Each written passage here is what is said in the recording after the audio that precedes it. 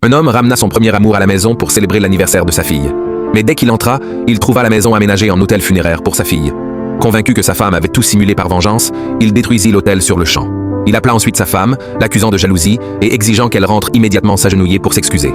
À la fin, il organisa même une fête d'anniversaire pour le fils de son premier amour sur l'hôtel funéraire de sa propre fille, sans se rendre compte que celle-ci était réellement morte et que le responsable n'était autre que lui-même. Il s'avéra qu'un jour plus tôt, sa fille et le fils de son premier amour avaient eu un accident de voiture. Sa femme le supplia, lui, médecin, de sauver leur fille. Mais l'homme minimisa ses blessures, lui disant d'arrêter d'en faire tout un drame.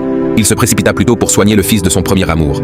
À cause de ce retard, le seul espoir de leur fille reposait sur une opération qu'il devait effectuer lui-même. Sa femme l'appela désespérément, mais il la réprimanda. « Pourquoi tu t'affoles pour une petite blessure ?» Puis il raccrocha. Quand sa femme arriva à l'hôpital, il l'entraîna aussitôt pour qu'elle donne son sang afin de sauver quelqu'un. Elle pensait que c'était pour leur fille, mais il se dirigea vers la chambre du fils de son premier amour. Dévastée, sa femme le supplia de sauver leur fille d'abord.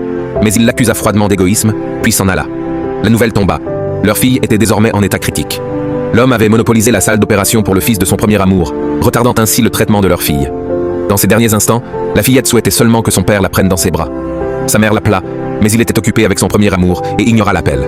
Finalement, la petite mourut, le cœur brisé. Sa femme, tenant le corps sans vie de leur fille, la ramena à la maison et installa l'hôtel funéraire. Mais elle assista alors à une scène insupportable. Son mari en train de serrer dans ses bras son premier amour. Réprimant sa colère, elle l'appela encore, le suppliant de venir pour que leur fille puisse le voir une dernière fois. Il répondit avec indifférence « Je reviendrai plus tard », puis raccrocha.